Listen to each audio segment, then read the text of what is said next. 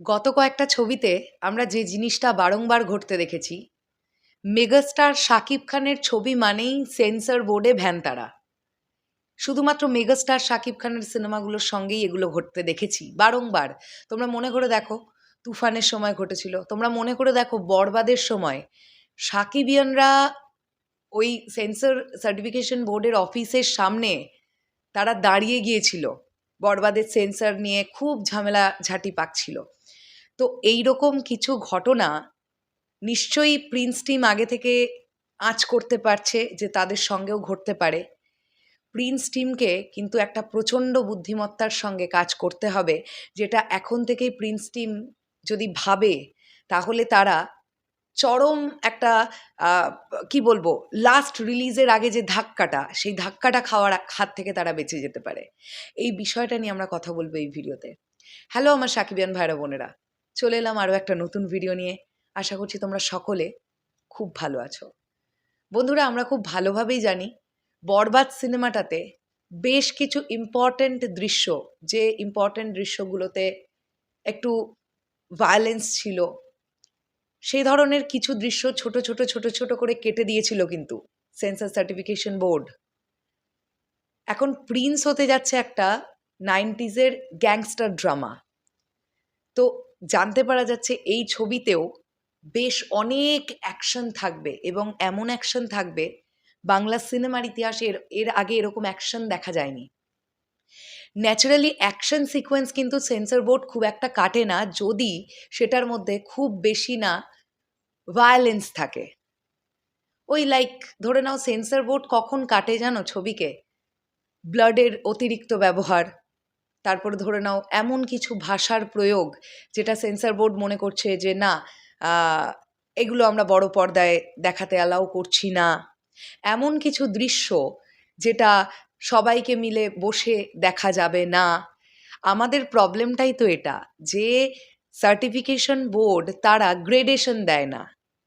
তারা কি করে, তারা কিন্তু যে সিনগুলো তারা মনে করছে যে এগুলো রাখা যাবে না, ধরে ধরে কাটতে শুরু করে। মানে কাটার জন্যে বলে, টিমকে বলে যে এগুলো কেটে আনুন, এগুলো কেটে আনুন। তো প্রিন্স টিমের কাছে এখন সময় আছে আর 1 মাস 7 দিন মতন। তার মধ্যে তাদের এই পুরো প্রক্রিয়াকরণটা কমপ্লিট করতে হবে।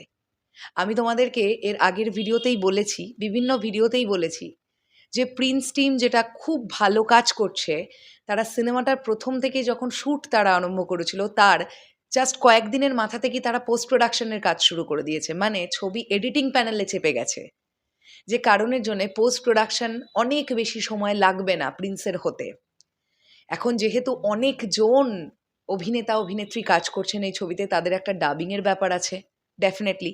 সেটা একটা বড় রকমের একটা ব্যাপার, অনেক বড় হেডেকের একটা কাজ।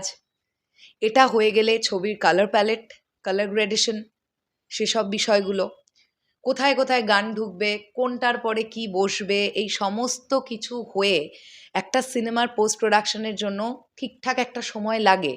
কিন্তু প্রিন্স টিমকে এটা ভাবতে হবে যে তারা ছবিটাকে কমপ্লিট করে যতটা তাড়াতাড়ি, কোনো কম্প্রোমাইজ ছাড়া, আমি আবারও এটা বলি যে আমি তাড়াহুড়ো করতে বলছি মানে এই না যে ছবির সঙ্গে কম্প্রোমাইজ করে দেওয়ার জন্য না, কোনো কম্প্রোমাইজ ছাড়া তারা যদি একটু আগে ভাগে সেন্সর সার্টিফিকেশন বোর্ডকে ছবিটা মানে জমাটা করতে পারে, তাহলে তারা মেন্টালি এটা প্রিপেয়ার্ড হয়ে যাবে যে কোন কোন জায়গাগুলো তারা কাটতে বলছে।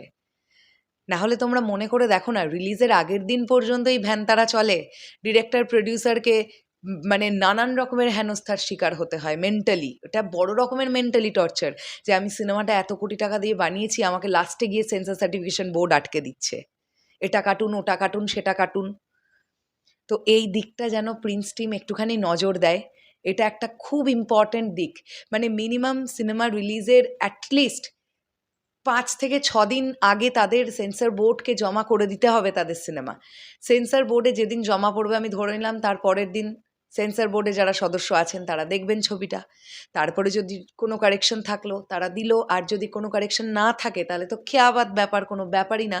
তো এই দিকগুলো প্রিন্স টিমকে একটু মাথায় রাখতে হবে, কারণ পূর্বের বিভিন্ন ইনসিডেন্ট আমাদের মনে করিয়ে দেয় সাকিব ভাইয়ার ছবির ক্ষেত্রেই কিন্তু এই ধরনের নানান রকমের প্রবলেম আমরা রিলিজের আগে দেখতে পাই। তো যেটা কিন্তু প্রিন্সের সঙ্গে হোক, এটা আমরা কেউ চাইবো না, যারা আমরা প্রিন্স টিমের সঙ্গে শুভাকাঙ্ক্ষী হিসেবে আছি বা মেগাস্টার শাকিব খানের ডাইহার্ট ফ্যান। সো এই দিকটা প্রিন্স টিম আশা করছি মাথায় রাখবে। তোমাদের কি বক্তব্য এই বিষয়টাকে নিয়ে কমেন্ট সেকশনে জানিও। আসছে আবার খুব শিগগিরই। তাহলে এখনের জন্যে টাটা।